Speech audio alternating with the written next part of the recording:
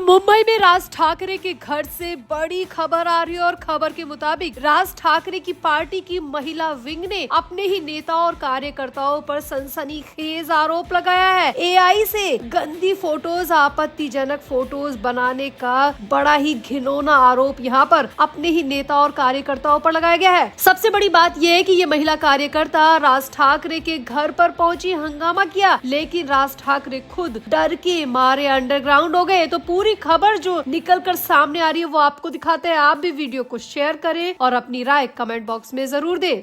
तो बीएमसी चुनाव से ठीक पहले मनसे पार्टी में यानी कि महाराष्ट्र नवनिर्माण सेना पार्टी में बहुत भयंकर विवाद देखने को मिल रहा है। मनसे कुर्ला विभाग की महिला विंग राज ठाकरे के घर मोर्चा लेकर पहुंची। ये सभी महिलाएं बहुत ज्यादा गुस्से में थी, एकदम आग बबूला थी। इनका कहना है कि इनके अपने ही नेता और कार्यकर्ताओं ने इनके फोटोज के पोस्टर्स को एआई एडिट कर आपत्तिजनक तौर पर पेश किया है। ये महिलाएं राज ठाकरे से इस मामले में जांच करने की और एक्शन लेने की मांग करने आई है। ये महिलाएं काफी गुस्से में नजर आ रही थी और इनका साफ कहना था कि जब तक राज ठाकरे उनसे मिलते नहीं है, एक्शन लेने की बात मानते नहीं है और उन नेताओं कार्यकर्ताओं को पार्टी से निष्कासित नहीं करते, तब तक वो यहाँ से जाने वाली नहीं है। और वाकई में करीब 4 घंटे तक ये पूरा ड्रामा चला। ये महिलाएं 4 घंटे तक राज ठाकरे से मिलने की जिद करती रही। काफी हो हंगामा भी यहाँ पर देखने को मिला क्योंकि मामला वाकई में बहुत बड़ा है। तो खबर के मुताबिक कुर्ला विभाग की महिलाओं का कहना है कि उन्होंने अपनी उम्मीदवारी के पोस्टर दीवारों पर चिपकाए थे। अपने इलाके में अलग अलग जगहों पर, कई घरों पर, दुकानों पर अपनी महिला उम्मीदवार के पोस्टर चिपकाए थे और खुद के पोस्टर्स भी उनके साथ में लगाए थे। यानी कि उन पोस्टर्स में बीएमसी चुनाव के लिए राज ठाकरे की महिला कार्यकर्ताओं ने अपनी फोटोज लगाए थे, अपने उम्मीदवार के फोटोज लगाए थे और चुनाव की तैयारियों में रंग भरने के लिए ये सब कुछ किया था, ऊर्जा भरने के लिए सब कुछ किया था।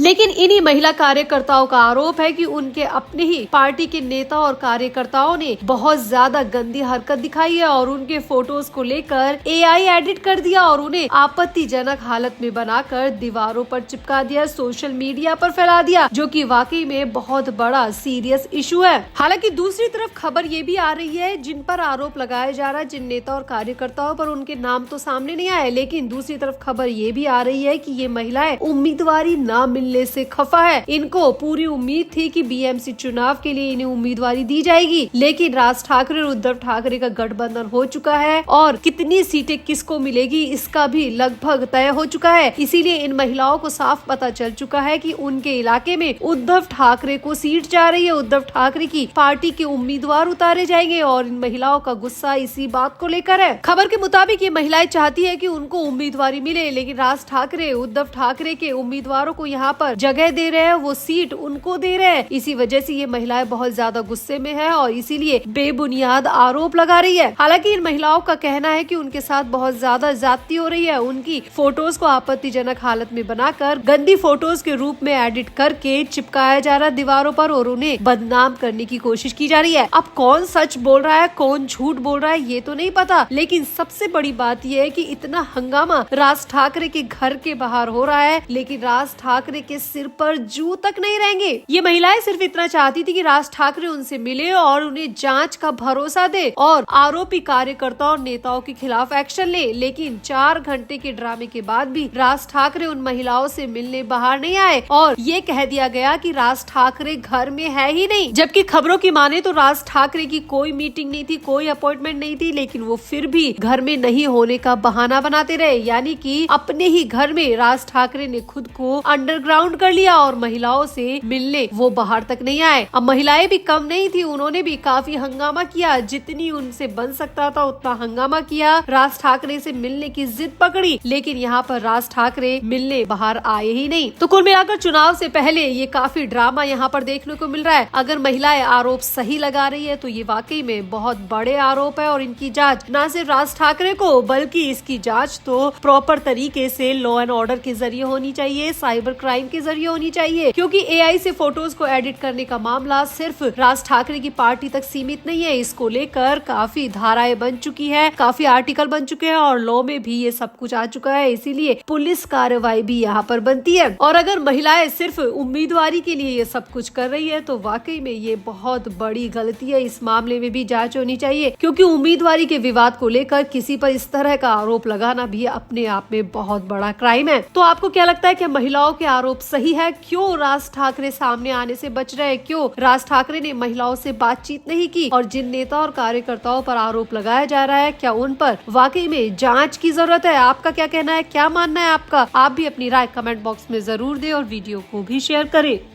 तो महाराष्ट्र नगर निगम चुनाव में पहले शिवसेना यूबीटी के उद्धव ठाकरे और महाराष्ट्र नवनिर्माण सेना के राज ठाकरे के बीच रणनीतिक गठबंधन होने जा रहा है। उद्धव और राज का गठबंधन मुंबई समेत 29 नगर निगमों में चुनाव लड़ने की योजना बना रहा है। हालांकि कांग्रेस ने इस गठबंधन में शामिल होने से साफ इनकार कर दिया है और अकेले चुनाव लड़ने का फैसला किया है, और इसकी बड़ी वजह भी अब खुलकर सामने आ रही है। खुद कांग्रेस ने उद्धव ठाकरे और राज ठाकरे की बड़ी पोल खोल दी है और लगातार झूठ बोलकर गुमराह करने का भी आरोप लगाया है। तो महाराष्ट्र कांग्रेस के नेता नाना पटोले मीडिया के सामने आए और उन्होंने उद्धव ठाकरे और राज ठाकरे को लेकर काफी कुछ कहा, काफी बड़ा बयान दिया। खबरों के मुताबिक नाना पटोले ने कहा कि उद्धव ठाकरे और राज ठाकरे सोच रहे हैं कि वो साथ आएंगे तो उन्हें जीत हासिल होगी, उन्हें इन चुनाव में विजय हासिल होगी, लेकिन ये उनकी सबसे बड़ी भूल है, क्योंकि जनता को उनकी सच्चाई जाननी चाहिए। और अब मैं चुप नहीं रहूंगा, जनता के सामने इन दोनों ठाकरे भाइयों की पोल खोलकर रहूंगा। मुंबई मीडिया से आ रही खबरों के मुताबिक नाना पटोले ने कहा कि संजय राउत की बीमारी पूरी तरह ड्रामा थी। संजय राउत कुछ भी बीमार नहीं थे। संजय राउत की बीमारी का ड्रामा बनाया गया ताकि उनकी पार्टी को थोड़ी बहुत टीआरपी हासिल हो सके, उनकी पार्टी की तरफ सिंपैथी जा सके, और इसी सिंपैथी के लिए उन्होंने संजय राउत को 2 महीने तक अंडरग्राउंड कर दिया और बीमार होने का नाटक दिखाया। खबरों के मुताबिक कांग्रेस नेता ने कहा कि ये दोनों भाइयों की सोची समझी साजिश थी। पहले संजय राउत इस सब के लिए तैयार नहीं थे, इस ड्रामे के लिए बिल्कुल तैयार नहीं थे, लेकिन संजय राउत भी कुछ कर नहीं सकते, उम्र का तकाजा हो चुका है। इस उम्र में दूसरी पार्टी ज्वाइन करना मूर्खता हो सकती है, इसीलिए संजय राउत को भी इनकी साजिश का हिस्सा बनना पड़ा और वो बीमारी का लंबा नाटक खींचते गए और मास्क लगाकर इधर से उधर नजर आए और अपनी सेहत का हवाला देते हुए वो 2 बार अस्पताल में भी भर्ती हो गए। कांग्रेस नेता ने दावा किया है कि अस्पताल से उनकी रिपोर्ट हमारे भी पास आई है और उन रिपोर्ट्स में पूरी तरह साफ है कि संजय राउत को किसी भी तरह की बीमारी नहीं है, इवन उनका बीपी तक बिल्कुल ओके है, ना उन्हें किसी तरीके की बीमारी है। तो फिर वो 5-5 दिन तक हॉस्पिटल में आखिर क्या कर रहे थे? कांग्रेस नेता ने कहा कि ये सिर्फ साजिश के तहत किया गया। हॉस्पिटल में तो क्या है, कोई भी जाकर एडमिट हो सकता है, किसी भी बहाने से एडमिट हो सकता है, क्योंकि हाँ सबके पास इंश्योरेंस है और इनके पास पैसों की कोई कमी नहीं है, इसीलिए ये हॉस्पिटल में जाके एडमिट हो गए और लोगों से इन्होंने सिंपैथी गेन करना शुरू कर दिया। संजय राउत की बीमारी के नाम पे इन्होंने लोगों से सिंपैथी हासिल करना शुरू कर दिया ताकि लोग इन्हें सिंपैथी में आकर वोट दे और उद्धव ठाकरे और राज ठाकरे के गठबंधन को स्वीकार कर ले।